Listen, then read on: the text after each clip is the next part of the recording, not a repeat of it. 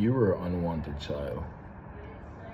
My only regret is that I didn't crush your head between my legs when I was giving birth to you. Your worthless father died and left you with nothing. I'm not buying that. No answer for anything. I was fucking for fun. I didn't call you. I was enjoying my youth until you came along. These are just some of the fun, colorful things that my mother said to me as a child. And that fucking for fun comment, I was 11. When I tell you to master detachment and master being a soul inside your body, this is coming from a person who have gone through all of the things that one would call traumatic here. And I'm standing here in front of you today telling you that I have fully gone through all of the things, all of these ranges of emotion. There was a time where I couldn't think about the stuff that my mother said to me without feeling crushed. I went on to attract women like my mother. That was the only type of women that I was able to attract because I was still suffering with that mother wound. And I'm telling you, as harsh as those things sound, as difficult as it is to hear those words, they don't have an effect on me. Not anymore. I have gone through all of the work here, the physical work, the breath work, the therapy, all the retreats, everything.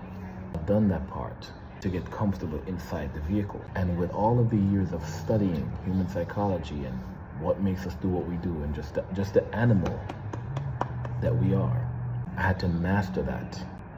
And along with my spiritual life, the spiritual work that I do, by starting out with astral projection and then out-of-body travel, over 3 decades, close to 4 decades of practice of leaving my body. I've been doing this since I was 5, 6, 7.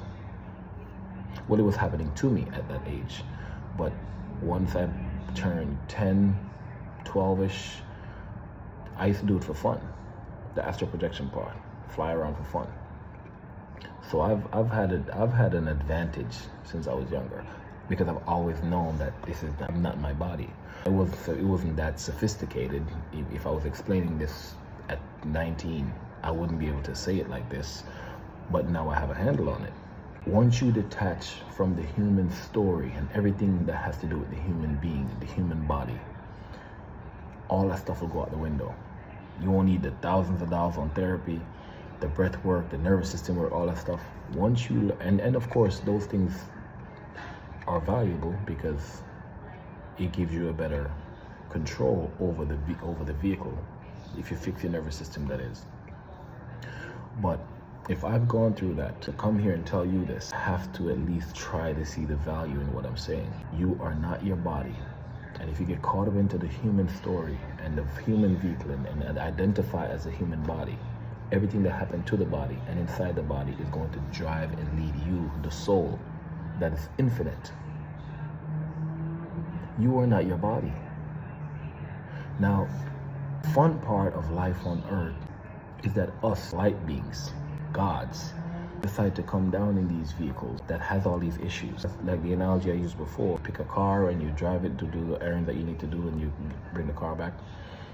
These vehicles have their own issues and their limitations, and they get treated as the people who own them. The treatment that they get is due to the treatment from their owners and the families that own these cars, these bodies, right? The perception of your mother and father and grandfather, your ancestors, just a way of thinking, right? That's the owners, right? This is what shaped who you become. Now, you're still a god. You're still a spirit inside this body. And one of the rules to live here is to forget who you are.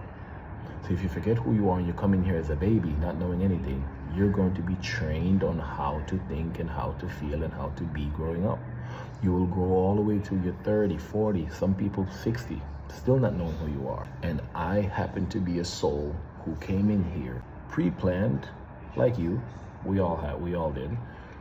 Pre-plan your life on what you're gonna be here and who you're gonna become and what you needed to go through in order to become that person. And all of the criticism, all of the abuse, all the stuff that I went through with my family and my mother, I had to go through that because that was the way to get to where I am now. And I'm no more special than you are. I might be unique in my own right, but so are you. And maybe I went through that so you didn't have to. So I can come and tell you this so you can identify with me as a fellow human being to say, well, if he did it and he went through that, wow, it makes you look at your situation differently by following my model. To say, well, okay, well, he did that. Well, how did you do it? And that's when the work can start. By you watching this video and asking yourself, well, wow, well, how did you do it? And what did you, and ask me questions. You can ask me questions after watching this video. Send me a DM or post it in a comment. You don't have to post anything in a comment if you don't even want to be seen or anything. Just send me a message. Now, don't get it wrong. Don't get this twisted. For years, I was caught up in the human story. That was when I was still subjected to that way of thinking. I was a victim for a long time.